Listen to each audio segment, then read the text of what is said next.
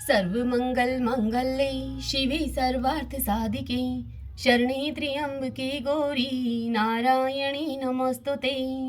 ओम श्री जगदम्बिकाय नमो नमः। ओम ऐं ह्रीं क्लीं चामुंडाय विच्चे।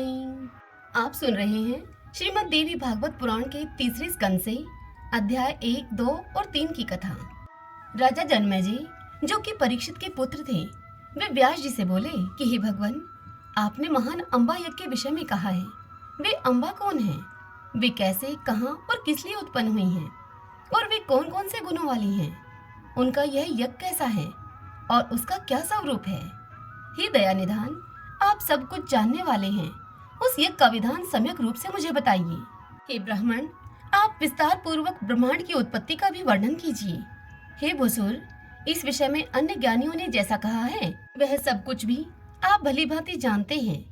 मैंने ब्रह्मा, विष्णु और महेश, इन तीनों देवताओं के विषय में सुना है कि ये सगुण रूप से संपूर्ण जगत का सर्जन, पालन और संहार करते हैं। हे पराशर सुत व्यास जी, वे तीनों देव श्रेष्ठ स्वाधीन हैं अथवा पराधीन? आप मुझे यह बताइए, मैं इस समय सुनना चाहता हूँ। वे सच्चिदानंद स्वरूप देवगण मरण धर्मा है अथवा नहीं है? वे आदि भौतिक, आदि दैवक तथा आध्यात्मिक, इन 3 प्रकार के दुखों से युक्त हैं या फिर नहीं हैं? वे तीनों महाबली देवेश काल के वशीवर्ती हैं अथवा नहीं? और वे कैसे तथा किससे आविर्भूत हुए? मेरी यह भी एक शंका है। हे मुने, क्या वे हर्ष, शोक आदि द्वंद्वों से युक्त हैं? क्या वे निद्रा और प्रमाद आदि से प्रभावित हैं? तथा क्या उनके शरीर सप्त धातुओं अर्थात अनरस, रुधिर, मांस, मेद, अस्थि, मज्जा और वीर्य, इन 7 धातुओं से निर्मित हैं या फिर निर्मित नहीं हैं? वे किन द्रव्यों से निर्मित हैं? वे किन किन गुणों को धारण करते हैं? उनमें कौन कौन सी इंद्रियां अवस्थित हैं? उनका भोग कैसा होता है और उनकी आयु का परिमाण क्या है? इनके निवास स्थान एवं विभूतियों के भी विषय में आप मुझको बतलाइए। हे प्रभु, हे ब्राह्मण, इस कथा को विस्तार पूर्वक सुनने की मेरी बड़ी अभिलाषा है। यह सुनकर व्यास जी बोले कि हे महामती राजन, ब्रह्मा आदि देवों की उत्पत्ति किससे हुई? इस समय आपने यह बड़ा दुर्गम प्रश्न किया है। हे राजन, पूर्व में मैंने यही प्रश्न देव ऋषि नारद जी से पूछा था। तब विस्मित होकर वे उठकर खड़े हुए और उन्होंने जो मुझे उत्तर दिया था वही मैं आपको कहता हूँ, उसे आप सुनिए। किसी समय मैंने शांत, सर्ववेता तथा वेद विद्वानों में श्रेष्ठ नारद मुनि को गंगा के किनारे विद्यमान देखा। मुनि को देखकर तथा प्रसन्न होकर मैं उनके चरणों पर गिर पड़ा। तदंतर उनके द्वारा आज्ञा देने पर मैं उनके पास में ही एक सुंदर आसन पर बैठ गया। कुशल क्षेम की वार्ता सुनकर के सूक्ष्म बालू वाले गंगा तट के निर्जन स्थान पर बैठे हुए ब्रह्मपुत्र देवऋषि नारद जी से मैंने पूछा। मैंने उनसे कहा कि हे महामती मुनिदेव, इस अति विस्तीर्ण ब्रह्मांड का प्रधान कर्ता कौन कहा गया है? उसे आप मुझे सम्यक रूप से बतलाइए। हे मुनिश्रेष्ठ नारद, इस ब्रह्मांड की उत्पत्ति किससे हुई है? हे विप्रवर, आप मुझे यह भी बताइए कि यह ब्रह्मांड नित्य है अथवा अनित्य है? यह ब्रह्मांड किसी एक के द्वारा विरचित है अथवा अनेक कर्ताओं के द्वारा मिलकर इसका निर्माण किया गया है? किसी कर्ता के बिना कार्य की सत्ता संभव नहीं है। इस विषय में मुझे अत्यंत संदेह हो रहा है। इस प्रकार इस विस्तृत ब्रह्मांड के विषय में विविध कल्पना करते हुए तथा संदेह सागर में डूबते हुए मुझ दुखी का आप उद्धार कीजिए।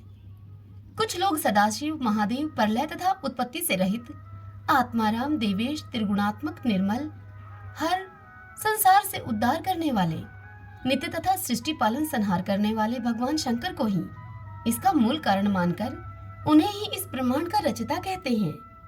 दूसरे लोग श्री हरि विष्णु को सभी का प्रभु, ईश्वर, परमात्मा, अव्यक्त, सर्वशक्ति संपन्न, भोग तथा मोक्ष प्रदाता, शांत, सबका आदि, सर्वतोमुख, व्यापक, समग्र संसार को शरण देने वाला तथा आदि अंत से रहित जानकर उन्हीं का सत्वन करते हैं।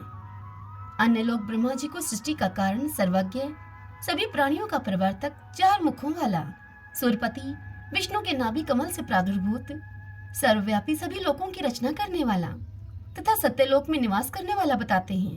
तो कुछ वेद वेता विद्वान सर्वेश्वर भगवान सूर्य को ब्रह्मांड कर्ता मानते हैं और सावधान होकर सायं और प्रातः काल उन्हीं की स्तुति करते हैं तथा उन्हीं का यशोगान करते हैं। यज्ञ में निष्ठा भाव रखने वाले लोग धन प्रदाता, शतक्रतु, शस्त्राक्ष, देवाधिदेव, सबके स्वामी, बलशाली, यज्ञाधीश, सुरपति, त्रिलोकेश, यज्ञों का भोग करने वाले, सोमपान करने वाले तथा सोमपाई लोगों के प्रिय सचिपति इंद्र को सर्वश्रेष्ठ मानकर यज्ञों में उन्हीं का यजन करते हैं। तो कुछ लोग वरुण, सोम, अग्नि, पवन, यमराज, धनपति, कुबेर की तथा कुछ लोग हेरंब, गजमुख, सर्व कार्य साधक, स्मरण मात्र से सिद्धि प्रदान करने वाले, काम स्वरूप, कामनाओं को प्रदान करने वाले, स्वेच्छ विचरण करने वाले परम देव गण आधीश गणेश जी की स्तुति करते हैं। कुछ आचार्य भवानी को ही सब कुछ देने वाली आदि माया, महाशक्ति तथा पुरुषानुगामिनी परा प्रकृति कहते हैं। वे उनको ब्रह्मा स्वरूपा, सर्जन पालन संहार करने वाली, सभी प्राणियों एवं देवताओं की जननी आदि अंत रहित, पूर्णा, सभी जीवों में व्याप्त, सभी लोकों की स्वामिनी, निर्गुणा, सगुणा और कल्याण स्वरूपा मानते हैं। फल की आकांक्षा रखने वाले उन भवानी का वैष्णवी, शांकरी, ब्राह्मी, वासवी, वारुणी, वाराही, नरसिंगी, महालक्ष्मी, विचित्र रूपा, वेदमाता, एकेश्वरी, विद्या स्वरूपा, संसार रूपी वृक्ष की स्थिरता के कारण रूपा, सभी कष्टों का नाश करने वाली और स्मरण करते ही सभी कामनाओं को पूर्ण करने वाली, मुक्ति चाहने वालों के लिए मोक्षदायिनी, फल की अभिलाषा रखने वालों के लिए काम प्रदायिनी, त्रिगुणातीत स्वरूपा, गुणों का विस्तार करने वाली, निर्गुणा, सगुणा रूप में ध्यान करते हैं उनका। कुछ मुनीश्वर निरंजन, निराकार, निर्लिप्त, गुण रहित, रूप रहित तथा सर्वव्यापक ब्रह्मा को जगत का कर्ता बतलाते हैं। वेदों तथा उपनिषदों में कहीं कहीं उसे अनंत सिर, नेत्र, हाथ, कान, मुख और चरण से युक्त तेजो में विराट पुरुष कहा गया है। कुछ मनीषीगण आकाश को विष्णु के परम पाद के रूप में मानते हैं और उन्हें विराट निरंजन तथा शांत स्वरूप कहते हैं। कुछ तत्वज्ञानी पुराणवेता पुरुषोत्तम को सृष्टि का निर्माता कहते हैं। तो कुछ लोग कहते हैं कि इस अनंत ब्रह्मांड की रचना में केवल एक ईश्वर कदापि समर्थ नहीं हो सकता। तो कुछ लोग कहते हैं कि यह जगत अचिंत्य है, अतः यह ईश्वर रचित कदापि नहीं हो सकता। उनके मत में संपूर्ण ब्रह्मांड ईश्वर रहित है। यह जगत सदा से ही ईश्वरीय सत्ता से रहित रहा है और यह स्वभाव से उत्पन्न होता है और सदा से ऐसा ही है। यह पुरुष तो कर्तव्य भाव से रहित कहा गया है और यह प्रकृति ही सर्व संचालिका है। कपिल आदि सांख्य शास्त्र के आचार्य ऐसा ही कहते हैं। हे मुनिनाथ, हे व्यास जी, मेरे मन में ये तथा अन्य प्रकार के और भी संदेह पुंज उत्पन्न होते रहते हैं। नाना प्रकार की कल्पनाओं से उद्विग्न मन वाला मैं अब क्या करूं? धर्म और अधर्म के विषय में मेरा मन स्थिर नहीं हो पाता है। क्या धर्म है और क्या अधर्म है, इसका कोई स्पष्ट लक्षण मुझे प्राप्त नहीं होता है। लोग कहते हैं कि देवता सत्वगुण से उत्पन्न हुए हैं और वे सत्य धर्म में स्थिर रहते हैं। फिर भी वे देवगण पापाचारी दानवों के द्वारा प्रताड़ित किए जाते हैं। तो फिर धर्म की व्यवस्था कहाँ रह गई? धर्मनिष्ठ और सदाचारी मेरे वंशज पांडव भी नाना प्रकार के कष्ट सहने को विवश हुए थे। ऐसी स्थिति में धर्म की क्या मर्यादा रह गई? अतः हे तात व्यास जी, इस संशय में पड़ा हुआ मेरा मन अतीव चंचल रहता है। हे महामुने, आप सर्वसमर्थ हैं, अतः मेरे हृदय को संशय मुक्त कर दीजिए। हे मुने, संसार सागर के मोह से दूषित जल में गिरे हुए, बार बार डूबते और तैरते हुए मुझ अज्ञानी को अपने ज्ञान रूपी जहाज से रक्षा कीजिए। यह सुनकर व्यास जी बोले राजा जन्मेजय से कि हे महाबाहो, हे कुरुश्रेष्ठ, आपने मुझसे जो प्रश्न पूछे हैं उन्हीं प्रश्नों को मेरे द्वारा मुनिराज नारद जी से पूछे जाने पर उन्होंने इस विषय में मुझे ऐसा कहा था। नारद जी मुझे बोले कि हे व्यास जी, मैं आपसे इस विषय में क्या कहूँ। प्राचीन काल में यही शंका मेरे भी मन में उत्पन्न हुई थी और संदेह की बहुलता से मेरा मन उद्वेलित हो गया था। हे व्यास जी, तदंतर मैंने ब्रह्मालोक में अपने अमित तेजस्वी पिता ब्रह्मा जी के पास जाकर उनसे यही प्रश्न पूछा था जो उत्तम प्रश्न आपने आज मुझसे पूछा है। मैंने अपने पिता ब्रह्मा जी से पूछा कि हे पिताजी, इस संपूर्ण ब्रह्मांड का आविर्भाव कैसे हुआ? हे विभो, इसका निर्माण आपने किया है अथवा विष्णु जी ने अथवा शिव ने इसकी रचना की है? हे विश्वात्मन, मुझे सही सही बताइए। हे जगतपते, सर्वश्रेष्ठ ईश्वर कौन है और किसकी आराधना की जानी चाहिए? हे ब्राह्मण, वह सब कुछ बताइए और मेरे संदेह को आप दूर कीजिए। हे निष्पाप, मैं असत्य तथा दुख रूप संसार में डूबा हुआ हूँ। देहों से दोलायमान मेरा मन तीर्थों में, देवताओं में और अन्य साधनों में कहीं भी शांत नहीं हो रहा है। हे परंतप, परम तत्व का ज्ञान प्राप्त किए बिना शांति मिल भी कैसे सकती है? अनेक प्रकार से उलझा हुआ मेरा मन एक जगह स्थिर नहीं हो पा रहा है। मैं किसका स्मरण करूं? किसका यजन करूं? मैं कहाँ जाऊं?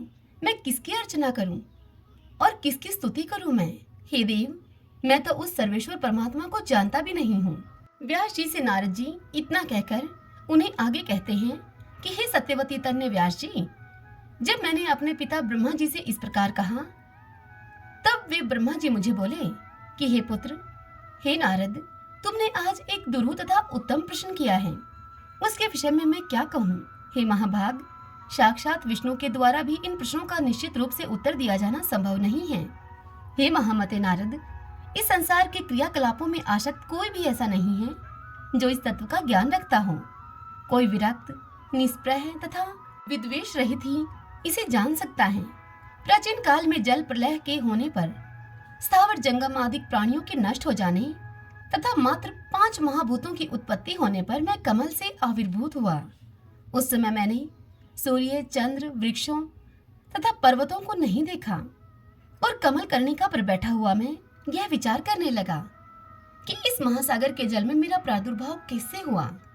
मेरा निर्माण करने वाला, रक्षा करने वाला तथा युगांत के समय संहार करने वाला वह प्रभु कौन है? कहीं भूमि भी स्पष्ट दिखाई नहीं दे रही है जिसके आधार पर यह जल टिका है। तो फिर यह कमल कैसे उत्पन्न हुआ जिसकी उत्पत्ति जल और पृथ्वी के संयोग से ही प्रसिद्ध है? आज मैं इस कमल का मूल आधार पंख अवश्य ही देखूंगा और फिर उस पंख की आधार स्वरूपा भूमि भी अवश्य मिल जाएगी, इसमें संदेह नहीं है। तदंतर हे पुत्र नारद, मैं जल में नीचे उतरकर 1000 वर्षों तक पृथ्वी को खोजता रहा, किंतु जब उसे मैंने नहीं पाया तब एक आकाशवाणी हुई। आकाशवाणी ने कहा कि तपस्या करो। तत्पश्चात मैं उसी कमल पर आसीन होकर 1000 वर्षों तक घोर तपस्या करता रहा। इसके बाद पुनः एक अन्य वाणी उत्पन्न हुई कि सृष्टि करो।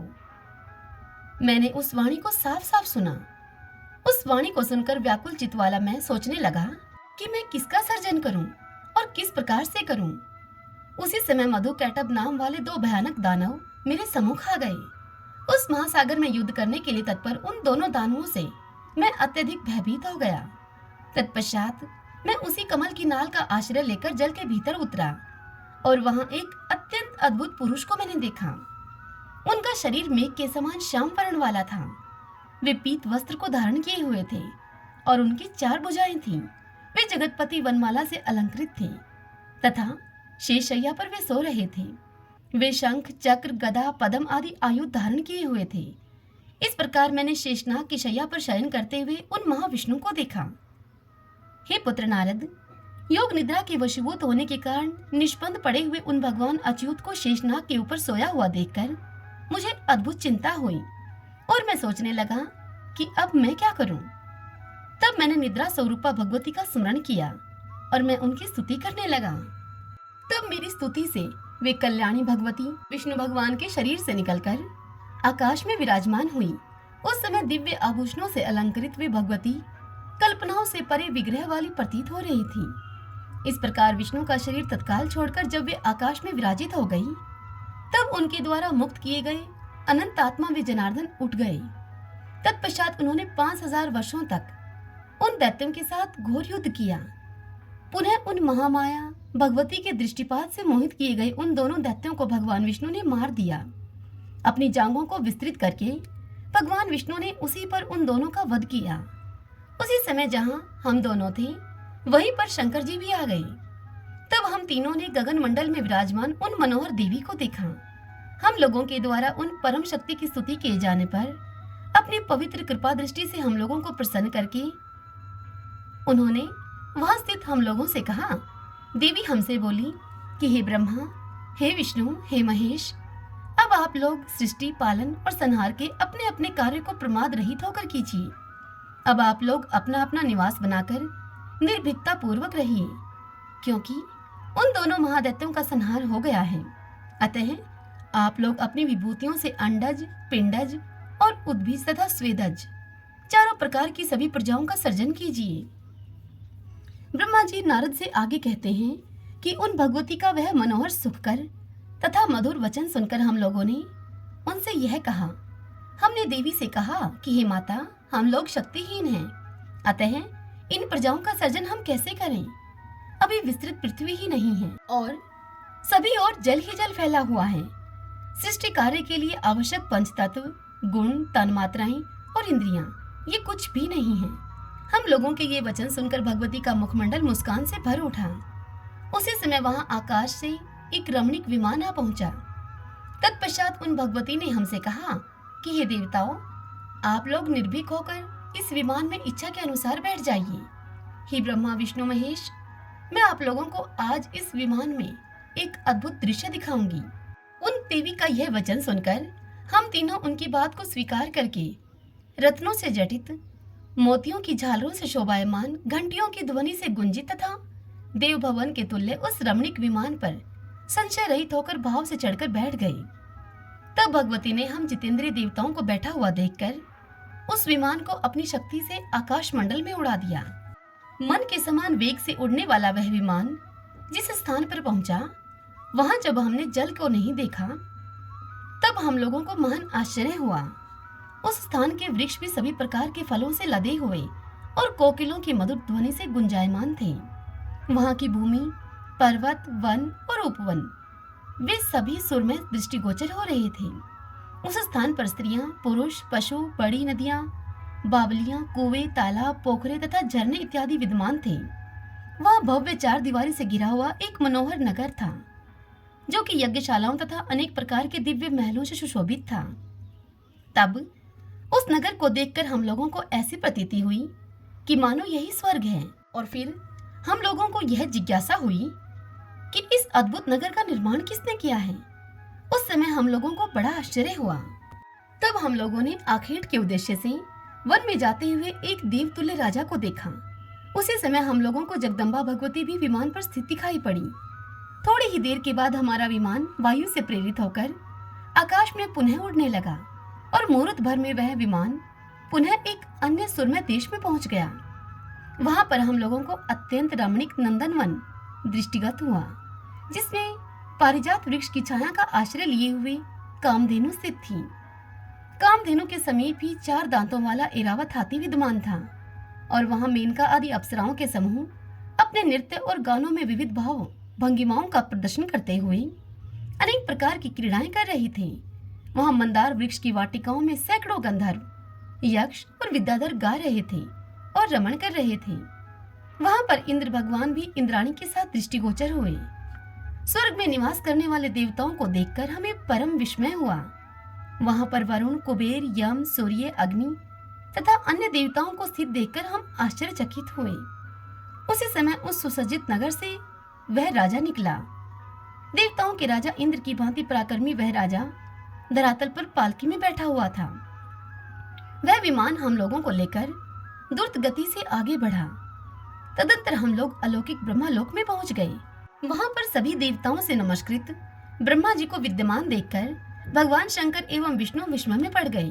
वहां ब्रह्मा जी की सभा में सभी वेद अपने अपने अंगों सहित मृत रूप में विराजमान थे। साथ ही समुद्र, नदियां, पर्वत, सर्प एवं नाग भी उपस्थित थे। तत्पश्चात भगवान विष्णु और शंकर ने मुझसे पूछा, हे चतुर्मुख, ये दूसरे सनातन ब्रह्मा कौन है? तब मैंने उनसे कहा कि मैं सबके स्वामी तथा सृष्टिकर्ता इन ब्रह्मा को नहीं जानता हूँ। हे ईश्वरों, मैं कौन हूँ, ये कौन है और हम दोनों का क्या प्रयोजन है, इसमें मैं भ्रमित हूँ। थोड़ी ही देर में वह विमान पुनः मन के सदृश वेग से आगे की ओर बढ़ा। तत्पश्चात हे नारद, वह विमान यक्ष गणों से सुशोभित मंदार वृक्ष की वाटिकाओं के कारण अति सुरमय, शोक और कोयलों की मधुर ध्वनि से गुंजित, वीणा और मृदंग आदि वाद यंत्रों की मधुर ध्वनि से निनादित, सुखदायक तथा मंगलकारी कैलाश शिखर पर पहुंचा। उस शिखर पर जब वह विमान पहुंचा, उसी समय वृषभ पर आरूढ़, पंचमुख, 10 भुजाओं वाले, मस्तक पर अर्धचंद्र धारण किए हुए भगवान शंकर अपने दिव्य भवन से बाहर निकले। उस समय वे व्याघ्र चर्म पहने हुए तथा गज चर्म ओढ़े हुए थे। महाबली गजानन अर्थात गणेश जी तथा षडानन अर्थात कार्तिकेय जी उनके अंग रक्षक के रूप में विद्यमान थे। भगवान शंकर के साथ चल रहे उनके दोनों पुत्र अति सुशोभित हो रहे थे। नंदी आदि सभी प्रधान शिवगण जय घोष करते हुए भगवान शिव के पीछे पीछे चल रहे थे। हे पुत्र नारद, वहाँ अन्य लोगों तथा शंकर को मातृकाओं के सहित देखकर हम लोग विस्मय में पड़ गए। मैं बड़ा ही संशयग्रस्त हो गया और थोड़ी ही देर में वह विमान उस कैलाश शिखर से वायु गति से लक्ष्मीकांत भगवान विष्णु के बैकुंठ लोक में जा पहुंचा। हे पुत्र नारद, वहां पर मैंने अद्भुत विभूतियां देखी। उस अति रमणीक नगर को देखकर भगवान विष्णु विस्मय में पड़ गए। उसी समय कमल लोचन भगवान विष्णु अपने भवन से बाहर निकले। उनका वर्ण आलसी के पुष्प की भांति श्याम था। वे पीतांबर धारण किए हुए थे। उनकी 4 भुजाएं थी। वे पक्षीराज गरुड़ पर आरूढ़ थे और दिव्य अलंकारों से विभूषित थे। भगवती लक्ष्मी उन्हें शुभ चमर डुला रही थी। उन सनातन भगवान विष्णु जी को देखकर हम सभी को महान आश्चर्य हुआ। तदंतर परस्पर एक दूसरे को देखते हुए हम लोग अपने अपने श्रेष्ठ आसनों पर बैठे रहे। इसके बाद वह विमान वायु सदृश द्रुत गति से पुनः चल पड़ा। कुछ ही क्षणों में वह विमान मधुर जल वाले, ऊंची ऊंची लहरों वाले, नानाविध जल जंतुओं से युक्त था, चंचल तरंगों से शोभायमान अमृत सागर के तट पर पहुंच गया। उस सागर के तट पर विभिन्न पंक्तियों में नाना प्रकार के विचित्र रंगों वाले मंदार एवं पारिजात आदि वृक्ष शोभायमान थे। वहां मोतियों की झालरें तथा अनेक प्रकार के पुष्पहार शोभा में वृद्धि कर रहे थे। समुद्र के सभी ओर अशोक, मौलसीरी, कुर्बक आदि वृक्ष विद्यमान थे। उसके चारों ओर चित्त को आकर्षक करने वाले केतकी तथा चंपक पुष्पों की वाटिकाएं थीं, जो कोयलों की मधुर ध्वनियों से गुंजित तथा नाना प्रकार की दिव्य सुगंध से परिपूर्ण थीं। उस स्थल पर भोरे गुंजार कर रहे थे। इस प्रकार वहां का दृश्य परम अद्भुत था। उस द्वीप में हम लोगों ने दूर से ही विमान पर बैठे बैठे शिव जी के आकार वाला एक मनोहर तथा अत्यंत अद्भुत पलंग देखा, जो कि रत्नमालाओं से जड़ा हुआ था और नाना प्रकार के रत्नों से विभूषित था। उस पलंग पर अनेक प्रकार के रंगों वाली आकर्षक चादरें बिछी थीं, जिससे कि वह पलंग इंद्रधनुष के समान सुशोभित हो रहा था। उस भव्य पलंग पर एक दिव्यांगना बैठी हुई थी। उस देवी ने रक्त पुष्पों की माला तथा रक्तांबर धारण किया हुआ था। उसने अपने शरीर में लाल चंदन का लेप कर रखा था। लालिमापूर्ण नेत्रों वाली वह देवी असंख्य विद्युत की कांति से सुशोभित हो रही थी। सुंदर मुख वाली, रक्तिम अधर से सुशोभित, लक्ष्मी से करोड़ों गुना अधिक सौंदर्यशालिनी वह स्त्री अपनी कांति से सूर्यमंडल के दीप्ति को भी मनो तिरस्कृत कर रही थी।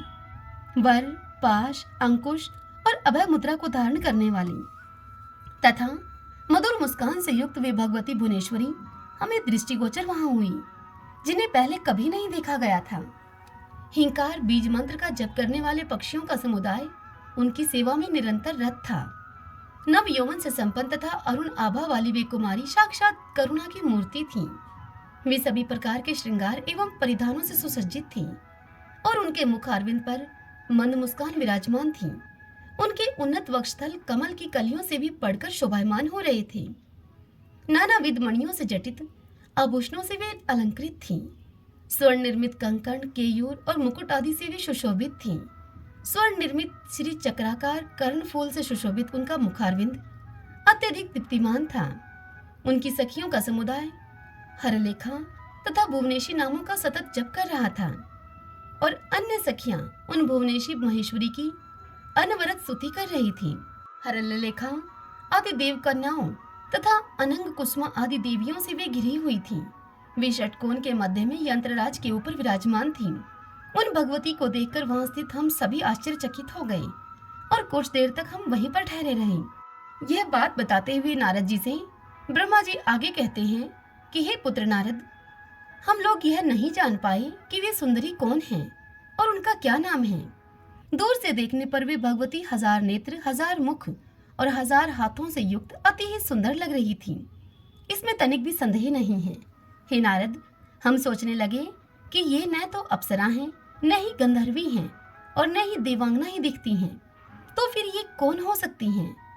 हम इसी संशय में पड़कर वहां पर खड़े रहे।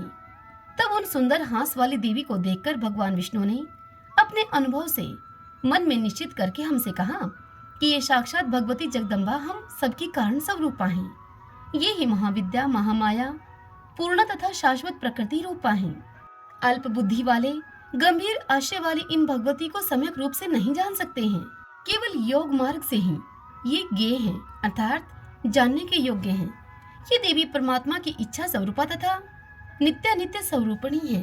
ये विश्वेश्वरी कल्याणी भगवती अल्प भाग्य वाले प्राणियों के लिए दुर्लभ आराध्य हैं। ये वेद जननी विशाल नयना जगदम्बा सभी की आदि स्वरूपा ईश्वरी हैं। ये भगवती प्रलय अवस्था में समग्र विश्व का संहार करके सभी प्राणियों के लिंग रूप शरीर को अपने शरीर में समाविष्ट करके विहार करती हैं। हे देवों, ये भगवती इस समय सर्व बीजमयी देवी के रूप में विराजमान है।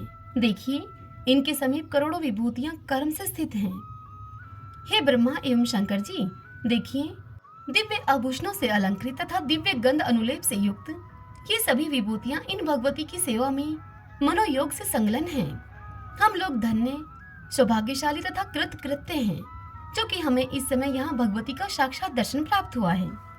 पूर्व काल में हम लोगों ने बड़े प्रयत्न से जो तपस्या की थी, उसी का यह उत्तम परिणाम है। अन्यथा भगवती हम लोगों को स्नेह पूर्वक दर्शन कैसे देती? जो उदार हृदय वाले पुण्यात्मा तथा तपस्वी लोग हैं, वे ही इनके दर्शन प्राप्त करते हैं, किंतु विषयासक्त लोग इन कल्याणी भगवती के दर्शन से सर्वथा वंचित रहते हैं। यही मूल प्रकृति स्वरूपा भगवती परम पुरुष के सहयोग से ब्रह्मांड की रचना करके परमात्मा के समक्ष उसे उपस्थित करती हैं। हे देवो, यह पुरुष दृष्टा मात्र है और समस्त ब्रह्मांड तथा देवतागण दृश्य स्वरूप हैं। महामाया, कल्याणमयी, सर्वव्यापिनी, सर्वेश्वरी, ये भगवती ही इन सब का मूल कारण है। कहाँ मैं, कहाँ सभी देवता और कहाँ रंभा आदि देवांगनाएं, हम सभी इन भगवती की तुलना में उनके लक्षांश के बराबर भी नहीं हैं। ये वे ही महादेवी जगदम्बा हैं जिन्हें हम लोगों ने प्रलय सागर में देखा था और जो बाल्यावस्था में मुझे प्रसन्नता पूर्वक पालने में झुला रही थी। उसी समय मैं एक सुस्थिर तथा दृढ़ वटपत्र रूपी पलंग पर सोया हुआ था और अपने पैर का अंगूठा अपने मुखारविंद में डालकर चूस रहा था। अत्यंत कोमल अंगों वाला मैं उस समय अनेक बाल सुलभ चेष्टाएं करता हुआ उसी वटपत्र के दोने में पड़े पड़े खेल रहा था। उस समय गाती हुई ये भगवती बाल भाव में स्थित मुझे झूला झुलाती थी। इन्हें देखकर मुझे यह सुनिश्चित ज्ञान हो गया है कि वे ही ये यहाँ विराजमान हैं। निश्चित रूप से ये भगवती मेरी जननी हैं। आप सुने, मुझे पूर्व अनुभव की स्मृति जग गई है, जो मैं आपसे यह कह रहा हूँ। ओम नमः चंडिकाय। भक्तजनों, आज की यह कथा यहीं पर पूर्ण हुई। इससे आगे की कथा कल हम अगले अध्याय में सुनेंगे। आज की यह कथा आप सबको कैसी लगी? यदि पसंद आई हो तो वीडियो को लाइक करें और कमेंट बॉक्स में जय माता दी लिखना बिल्कुल मत भूलिएगा। ओम नमः चंडिकाय। जय माता दी।